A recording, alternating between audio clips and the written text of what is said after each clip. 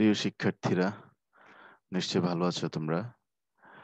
আমরা রিসেন্টলি চতুর্থ অধ্যায় শেষ করেছি। এরপরে এখন আমরা যে অধ্যায় নতুন শুরু করব সেটা হলো ষষ্ঠ অধ্যায়। তাহলে দ্বাদশ শ্রেণীর আইসিটি সিলেবাস অনুযায়ী আমাদের ষষ্ঠ অধ্যায় হলো লাস্ট চ্যাপ্টার, বইয়ের লাস্ট চ্যাপ্টার। তো আজকে আমরা ষষ্ঠ অধ্যায় স্টার্ট করব। তো ষষ্ঠ অধ্যায়ের আমাদের যে শিরোনাম সেটা হলো ডেটাবেজ ম্যানেজমেন্ট সিস্টেম। এই ডেটাবেজ ম্যানেজমেন্ট সিস্টেমে আমরা কি কি পড়তে হবে আমরা এবার একটু সেটা দেখব। এখানে আমরা যেটা পড়তে হবে সেটা হলো ডেটাবেজ সম্পর্কে ধারণা, ডেটাবেজ ম্যানেজমেন্ট সিস্টেমের ধারণা, ডেটাবেজ ম্যানেজমেন্ট সিস্টেমের প্রকারভেদ, রিলেশনাল ডেটাবেজ ম্যানেজমেন্ট সিস্টেম, তারপরে ডেটাবেজ তৈরি করা, তারপর আছে ডেটাবেজের রেকর্ড সম্পাদনা, কোয়েরি, ইন্ডেক্স, সর্টিং করা। আচ্ছা, তারপরে ডেটা সিকিউরিটি, মানে এখানে তো ওই যে পার্ট গুলো দেওয়া আছে, মূল ধারণাগুলো হলো আমাদের এগুলো। তাহলে ডেটাবেজ তৈরি, ডেটা সিকিউরিটির ধারণা, ডেটা সিকিউরিটি কেন প্রয়োজন, ডেটা এনক্রিপশনের প্রয়োজনীয়তা, ডেটা এনক্রিপশনের উপায়সমূহ। ওকে, এই হলো আমাদের এই চ্যাপ্টারের মূল বিষয়সমূহ। তো আমরা আজকে পার্ট 1-2 সম্পর্কে একটু আলোচনা করি। আমাদের পার্ট 1-2 তে আছে, তোমরা দেখছো যে আমাদের পার্ট 1-2 তে আছে ডেটাবেজ সম্পর্কে প্রাথমিক ধারণা, প্রাইমারি কনসেপ্ট অফ ডেটাবেজ। ওকে, তো এই ডেটাবেজ সম্পর্কে প্রাথমিক ধারণাতে আমরা যেটা দেখব সেটা হলো যে ডেটাবেজের সফটওয়্যার বা পার্টের ডিমান্ডের কারণে আমাদেরকে ডেটা ইনফরমেশন এগুলো সম্পর্কে একটু জানতে হবে। তো নিশ্চয়ই যেহেতু এগুলো আমাদের মৌলিক পড়া, আমরা এসএসসি লেভেলে এগুলো নিশ্চয়ই জেনেছি, বা অন্যান্য চ্যাপ্টারে আইসিটির প্রথম দিকে আমরা নিশ্চয়ই ডেটা ইনফরমেশন এগুলো সম্পর্কে জেনেছি। তারপরেও আজকে আমরা দুই একটা কথা বলি এই সম্পর্কে। প্রথমত ডেটা। ডেটা শব্দটি ল্যাটিন শব্দ ডেটাম শব্দের বহুবচন। ডেটাম অর্থ হচ্ছে তথ্যের উপাদান, অ্যান আইটেম অফ ইনফরমেশন। তাহলে তথ্যের উপাদানই হলো কি ডেটা বা ডেটাম। তথ্যের অন্তর্গত ক্ষুদ্রতর অংশসমূহ হচ্ছে ডেটা বা উপাত্ত। প্রক্রিয়াকরণের পর সুনির্দিষ্ট ফলাফল পাওয়ার জন্য ব্যবহৃত ইনপুট সমূহকে উপাত্ত বা ডেটা বলা হয়। তাহলে ডেটার বাংলা হলো কি উপাত্ত। সংক্ষেপে আমরা যদি বলি, প্রাথমিকভাবে সংগৃহীত অসংখ্যবদ্ধ তথ্যকে ডেটা বলে। ডেটা বর্ণ, সংখ্যা, চিহ্ন ইত্যাদির সমন্বয়ে গঠিত হতে পারে। তাহলে ডেটা হলো টোটাল ৩ প্রকার। এই যে এখানে প্রকারভেদ দেওয়া আছে আর এখানে প্রকারভেদটা ভাগ করা আছে, তোমরা নিশ্চয়ই দেখতে পাচ্ছ। ডেটার টোটাল ৩ প্রকার: নিউমেরিক, বুলিয়ান, নন নিউমেরিক ডেটা। তাহলে এটাতে আছে ইন্টিজার, ফ্লোটিং পয়েন্ট, সত্য মিথ্যা, ক্যারেক্টার, স্ট্রিং, অবজেক্ট। তো এই নিউমেরিক ডেটা কি আমরা এখন সেটা দেখব। নিউমেরিক ডেটা হলো যেসব ডেটা শুধু সংখ্যা প্রকাশ করে বা শুধু সংখ্যা দ্বারা গঠিত তাদেরকে নিউমেরিক ডেটা বলে, যেমন 5, 10, 15, 20, 25, 100 ইত্যাদি। ওকে, নিউমেরিক ডেটাকে আবার দুভাগে ভাগ করা যায়, যথা ইন্টিজার ও ফ্লোটিং পয়েন্ট। এবার হলো যেটা সেটা হলো নন নিউমেরিক ডেটা। যেসব ডেটা কোনো সংখ্যা প্রকাশ না করে কোনো অক্ষর বা স্ট্রিং প্রকাশ করে তাদেরকে নন নিউমেরিক ডেটা বলে, যেমন কারো নাম। নন নিউমেরিক ডেটা আবার ৩ প্রকার: ক্যারেক্টার, স্ট্রিং, অবজেক্ট।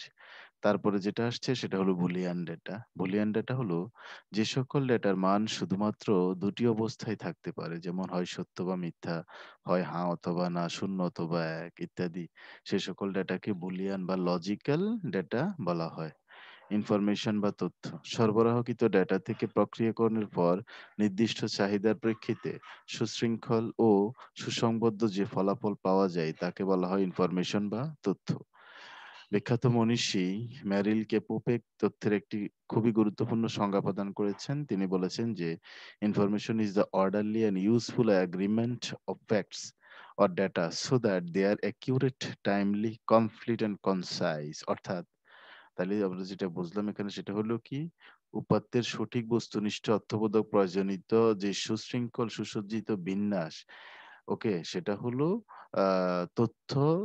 তথ্য সেটা হলো কি, এই এই যে এই বিন্যাসটাকে বলা হয় তথ্য। সুতরাং তথ্য বলতে আমরা যেটা বুঝবো তাহলে এখানে সেটা হলো তথ্য হলো উপাত্ত প্লাস প্রেক্ষিত প্লাস কনটেক্সট। তার মানে উপাত্তসমূহ উপাত্তসমূহ কোনো একটা নির্দিষ্ট কনটেক্সটে উপাত্তসমূহ যখন কোনো একটা নির্দিষ্ট কনটেক্সটে অর্থবহ হয়, তখন সেটাকে বলা হয় ইনফরমেশন। ওকে?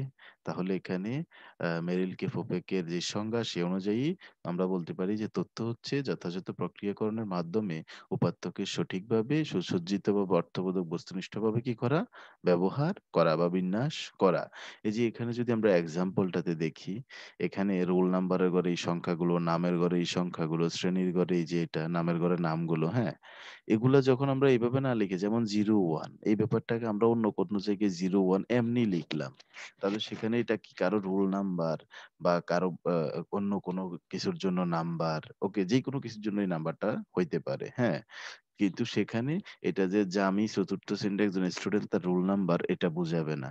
তার মানে ওইটা তখনও কি নয়, নির্দিষ্ট কনটেক্সট এ আমাদেরকে কোনো অর্থ দেয় না। সেজন্য 01 আলাদা কোথাও আমরা যখন লিখবো তখন সেটা হয়ে যাবে কি? ডেটা। আর যখন এটাকে এইভাবে প্রক্রিয়াজাত করে সুসজ্জিতভাবে বিন্যাস করে লেখা হবে তখন সেটা হবে কি? ইনফরমেশন। ওকে?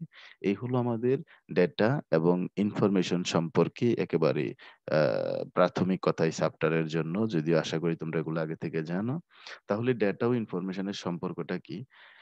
ডেটা প্রসেসিং এর মাধ্যমে ইনফরমেশন এ পরিণত হয়। এই প্রসেসিং এর মধ্যে কি, কি থাকে? প্রসেসিং এর মধ্যে থাকে শ্রেণীবিন্যাসকরণ, সাজানো, হিসাব-নিকাশ, লজিক্যাল বিভিন্ন ফাংশন ইত্যাদি। ওকে?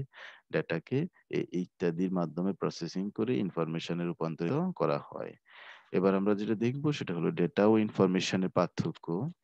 এখানে এতক্ষণ ধরে আমরা যেই আলোচনা করেছি, এতক্ষণে নিশ্চয়ই আমরা ডেটা ও ইনফরমেশন কি এই সম্পর্কে আমরা নিশ্চয়ই আ বুঝতে পেরেছি। অথবা আগেও আমরা এটা সম্পর্কে জানি। তারপরেও এখানে বইয়ের সাথে মিলিয়ে ২-১ টা পার্থক্য আমি তোমাদের বলি। প্রথমত, ডেটা হলো তথ্যের ক্ষুদ্রতম একক। অর্থাৎ ডেটা একটি একক ধারণা। এক বা একাধিক ডেটা প্রক্রিয়াকরণের পর যে অর্থপূর্ণ ফলাফল পাওয়া যায় তাকে তথ্য বা ইনফরমেশন বলে। সব সব ডেটা তথ্য নয়, কিন্তু সব তথ্য, সব ইনফরমেশন ডেটা হতে পারে। ডেটা সবসময় অর্থপূর্ণ হয় না। আর ইনফরমেশন সবসময় অর্থপূর্ণ। ডেটাকে সরাসরি ব্যবহার করা যায় না, ইনফরমেশনকে সরাসরি ব্যবহার করা যায়। ডেটাকে প্রক্রিয়াকরণ করতে হয়, কিন্তু ইনফরমেশনকে সাধারণত সেটা করতে হয় না। ডেটা র ম্যাটেরিয়ালস হিসেবে কাজ করে, কিন্তু ইনফরমেশন নিজেই র ম্যাটেরিয়াল রূপা মূলত র ম্যাটেরিয়াল রূপান্তরণের পরেই ইনফরমেশন এ রূপান্তরিত হয়। ডেটা সজ্জিত অবস্থায় থাকে না, কিন্তু ইনফরমেশন সজ্জিত অবস্থায় থাকে। ডেটা থেকে কোনো বিষয়কে সম্পূর্ণ ধারণা লাভ করা যায় না, কিন্তু ইনফরমেশন আমাদের কোনো বিষয় সম্পর্কে পুরোপুরি ধারণা দেয়।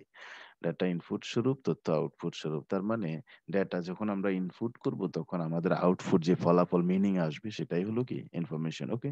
এখানে এক্সাম্পল দেওয়া আছে। এই হলো আমাদের ডেটা এবং ইনফরমেশনের পার্থক্য। এবার আমরা আরেকটা জিনিস দেখব সেটা হলো ডেটা হায়ারার্কি। ডেটা হায়ারার্কি কি? তাহলে আমরা প্রথমত সংজ্ঞাটা দেখি। সেটা হলো যে ডেটা হায়ারার্কি হচ্ছে ডেটাবেজের বিভিন্ন যে সকল উপাদানগুলো আছে bit, byte, field, word, field record, file ইত্যাদির সমন্বয়ে গঠিত একটি কাঠামো যেখানে বেজের প্রতিটি সাংগঠনিক উপাদানের নিজস্ব ক্রম অবস্থান, পারস্পরিক সম্পর্ক ইত্যাদি নির্দিষ্ট করা থাকে। তার মানে আমরা যেটা বুঝলাম সেটা হলো ডেটাবেজ থেকে শুরু করে একেবারে বিট পর্যন্ত যেই ধারাবাহিক সংগঠন, ডেটার যে ধারাবাহিক সংগঠন সেটাকে বলা হয় ডেটা হায়ারার্কি। ওকে? তাহলে এখানে যদি আমরা একেবারে নিচ থেকে আমরা দেখতে পাচ্ছি ১ম এ যেটা সেটা হলো বিট। বাইনারি ডিজিটের সংক্ষিপ্ত রূপ হলো বিট। বাইনারি হয়তো ০-১ কে বিট বলা হয়। এটা আমরা জানি কম্পিউটারের যাবতীয় কাজের মাধ্যমে করা হয়। এরপরে বাইট। ৮ বিটে ১ বাইট তৈরি হয় যা একটি অঙ্ক, বর্ণ বা চিহ্নকে প্রকাশ করতে পারে। কম্পিউটারের মেমোরি ও বাইট দিয়ে পরিমাপ করা হয়। যেমন এই ৩ অঙ্কটাকে লিখতে বাইনারিতে এভাবে প্রকাশ করা যেতে পারে। অক্ষর, অঙ্ক, বর্ণ, বিশেষ চিহ্নকে অক্ষর বলে। ১ বাইট নিয়ে একটি অক্ষর গঠিত হয়। ওকে? তার মানে ১ বাইট নিয়ে একটা অক্ষর গঠিত হয়। এই যে এক্সাম্পল। এরপরে ফিল্ড। ডেটা সংগঠনের কয়েকটি অক্ষরের সমষ্টি নিয়ে একটি ফিল্ড তৈরি হয়। অর্থাৎ ফিল্ড হলো ক্ষুদ্রতম ডেটা ইউনিট বা ব্যবহারকারী একই জাতীয় ডেটাকে ক্যাটেগরিতে নামকরণ করেন। ওকে? তারপর আছে রেকর্ড। পরস্পর সম্পর্কযুক্ত কয়েকটি ফিল্ড নিয়ে গঠিত হয় একটি রেকর্ড। এভাবে বিভিন্ন রেকর্ড বিভিন্ন সম্পর্কযুক্ত ফিল্ড নিয়ে তৈরি হয়। ওকে। তার মানে অনেকগুলো ফিল্ড নিয়ে একটা কি তৈরি হয়? রেকর্ড তৈরি হয়। যেমন কোনো স্টুডেন্টের কোনো কলেজ প্রতিষ্ঠানে কোনো স্টুডেন্টের নাম, ঠিকানা, ফোন নাম্বার, ক্লাস রোল ইত্যাদি। এরপরে ফাইল। এরকম পরস্পর সম্পর্কযুক্ত অনেকগুলো রেকর্ড নিয়ে একটা ফাইল গঠিত হয়। আর এভাবে পরস্পর সম্পর্কযুক্ত অনেকগুলো ফাইল নিয়ে গঠিত একটা ডেটাবেজ। তাহলে ডেটাবেজ হলো একেবারে সর্বোচ্চ স্থানে একটা হায়ারার্কিতে, এরপরে এভাবে ধীরে, ধীরে নিচের দিকে ফাইল, রেকর্ড, ফিল্ড, অক্ষর, বাইট, বিট ইত্যাদি। তো এখানে এক্সাম্পল এর মাধ্যমে এটা দেখানো হয়েছে। আমরা দেখি যেমন একটা কলেজের ডেটাবেজ করার জন্য প্রথমত ডেটাবেজ, ওই ডেটাবেজে অনেকের ফাইল থাকে। যেমন এখানে ২ টা উদাহরণ দেওয়া হইছে।